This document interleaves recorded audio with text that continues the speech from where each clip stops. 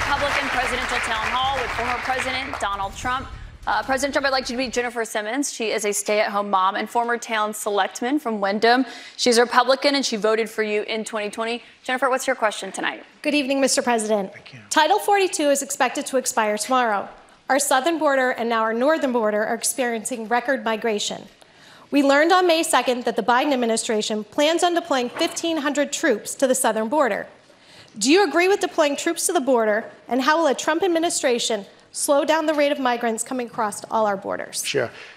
A very fair question, especially since tomorrow is going to be a day of infamy. You're going to have tens of thousands of people pouring into our country. Even the judge, the judge overruled them when they wanted to terminate it early. And he said, that you better extend this thing. The judge in Texas said, I hope you're going to extend this, but this is my policy that they're letting terminate because they lost in court. They wanted to go earlier. You're going to have millions of people pouring into our country right now at a level that nobody's ever seen before. These people are sick. Anybody that wants this to happen to our country, they're destroying our country, and this should not be allowed to happen. How they're not going to do a version of Title 42 or my Title 42, which was tough. If people are sick and have infectious diseases and lots of other problems, we don't want them being into our country. We have enough problems right now. We have problems like we've never had in the history of our country. But Mr. President, our country is being destroyed. The reason it's ending is because the health policy, the COVID-era pandemic emergency, is coming to an end. That's what Title 42 was. You put it in place because of COVID. True, but when it comes to big questions about what your immigration policy would look like if you are reelected, some of your Republican rivals have criticized you for not fulfilling the promises that you made on the campaign trail, like finishing the border wall. So how did voters know that you would get those done if you're reelected? I did finish the wall. I built a wall. I built hundreds of miles of wall, and I finished it. And then I said, we have to build some more because there are areas like water going through a dam. There are some areas where a lot of people are coming. You close up one, and they come into another. And we started another 100 miles of wall. In fact, I said to my people, if we start this and don't finish it, and then we had a rigged election, I'm sorry to say it. The election was not rigged, Mr. President. You can't keep saying that all night long. And so then they took over and they decided not to finish it. It would have taken them 3 weeks. I built hundreds of miles of wall. If we didn't have it, it would be hard to believe it could be any worse. They're just letting people flow into our country. Look, a country has to have borders.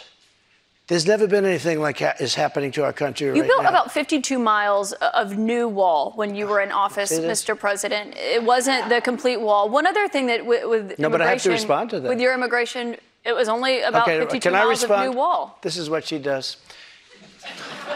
I built hundreds of miles. Some of the wall was up there, and it would be laying on the ground, rusted, rotten steel, rusted, rotten wood, and what the radical left crazy Democrats did, if there's a piece of wood laying down, they consider that a wall. I built 30-foot walls that go down 7 feet into the ground.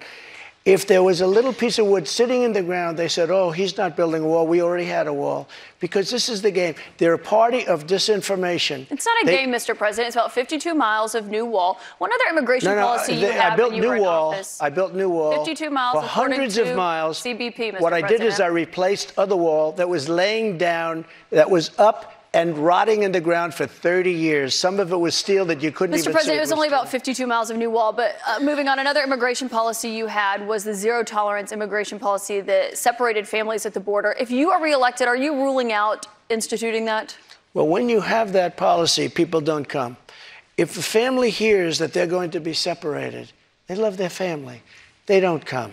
So I know it sounds harsh, but if you remember they said I was building prisons for children. It turned out that it was Obama that was building the prisons for the children. But would you re-implement that if you're reelected? Is that what you're saying? We have to save our country, all right? So it sounds like that's a yes. No.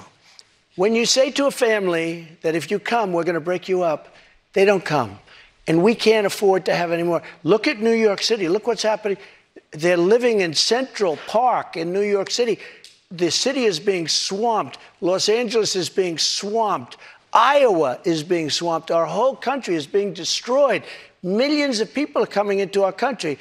And you know what the number is going to be, in my opinion, by the end of the year? Not the 4 million that you hear and the 3 million. I think it's going to be 15 million people. And in these people, they have no idea where they come from. They come from 129 different countries so far. 120, not just the four that we talked about. Just to put a button on that, it sounds like what you're saying is that you're not ruling out re-implementing that immigration policy. I want to get to another voter. Caitlin Boissonneau is a student here at St. Anselm College. She's a Republican. This will be the first election that she has voted in. What's your question for the president, Caitlin? Hello, President Trump. Hi. Thank you so much for coming. Thank you. The current administration has made it clear that we should continue to provide military equipment to Ukraine so that they can defend themselves. Do you support this decision, and how would you deal with the increasing threat posed by Vladimir Putin? First of all, thank you very much. It's really nice. And it's an important question, so important, because we're giving away so much equipment. We don't have ammunition for ourselves right now. We don't have ammunition for ourselves. We're giving away so much. But here's the thing. I have to say it to start off. No longer matters. If I were president, this would have never happened. And even the Democrats admit that. Putin knew it would have never happened. And his pipeline would have never happened. A lot of things would have never happened. But this would never have happened. And all those dead people, both Russian and Ukrainian, they wouldn't be dead today. And all those cities that are blown up and disintegrated right to the ground, that wouldn't have happened. Okay, now, here's the problem. We've given so far $171 billion. They've given, meaning European Union, which is approximately the same size altogether as our economy. They've given about 20. So we're at 170, let's say, and they're at 20.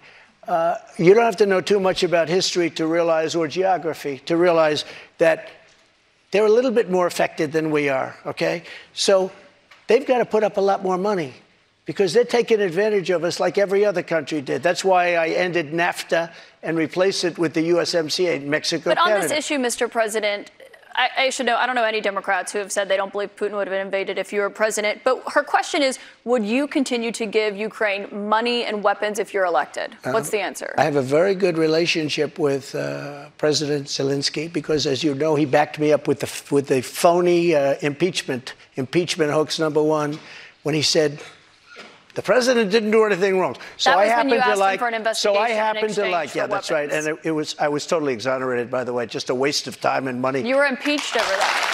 You were impeached over that. But let's stay on topic here, Mr. President, because the question is, would you give Ukraine weapons I was and funding? impeached by a crazy woman named Nancy Pelosi. But the question here is, would you give Ukraine weapons and funding if you were I elected? would sit down. Let me just put it a nicer way.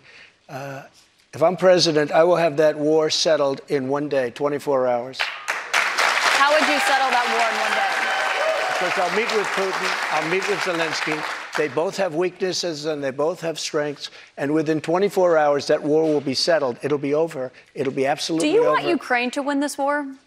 I don't think in terms of winning and losing. I think in terms of getting it settled so we stop killing all these people and breaking down this country. Now, on that, you said you don't think in terms of winning and losing. Mr. President, can I just follow up on that because that's a really important statement that you just made there. Can you say if you want Ukraine or Russia to win this war? I want everybody to stop dying. They're dying, Russians and Ukrainians. I want them to stop dying. And I'll have that done. I'll have that done in 24 hours. I'll have it done. You need the power of the presidency to do it. But you won't say that you want Ukraine to win. You know what I'll say? I'll say this. I want Europe to put up more money because they're in for 20 billion. We're in for 170, and they should be. And they should equalize. They have plenty of money. They should equalize. I got with NATO. But I'm asking when I sat down, I got them right to now, put up Mr. hundreds President. of billions of dollars that they weren't paying under Obama and Bush and all of these other presidents. That's why they're able to help them fight the war because of the money I got. But I want Europe. What's happening in Ukraine, excuse me, Mr. I want President. Europe to put up more money because they're laughing at us. They think we're a bunch of jerks. We're spending $170 billion for faraway land, and they're right next door to that land, and they're in for 20. I don't think so. When it comes to what's happening there, when you were in office, you said that you respected President Putin. Do you still respect him today? He made a tremendous mistake. He was a smart guy, you know. I remember I said he was smart, she was smart. He said President Xi of China, right, is smart. Okay, 1.5 billion people. He's the ruler of 1.5 billion people. I said, yeah, he's a smart guy. How dare he say he's smart? Of course he's smart. They want you to say he's a stupid person. Okay, he's not a stupid person. He's very smart. He's very cunning. And Putin made a bad mistake, in my opinion. What was his mistake? His mistake was going in. He would have never gone in if I was president. We used to talk about it, too. Do you believe that he is a war criminal? What? Do you believe that Putin is a war criminal? He's responsible for the deaths of thousands of Ukrainian men and women and I think it's something that should not be discussed now. It should be discussed later, because right now we have to get a war. If you say he's a war criminal, it's going to be a lot tougher to make a deal to get this thing stopped. Because if he's going to be a war criminal where people are going to go and grab him and execute him, he's going to fight a lot harder than he's fighting, under the other circumstance. That's something to be discussed at a later date. Right now, we want to get that war settled. And I'm not talking about the money either. I'm talking about all the lives that are the number of people being killed in that war is far greater than you're hearing. When they blow up a city and those buildings come pouring down and then they say 2 people were injured, no. Hundreds and thousands of people are being killed, and we have to get that war settled. We have more with former President Trump. Right after this, we're going to take a quick break, and then we'll be back with questions from voters right after that.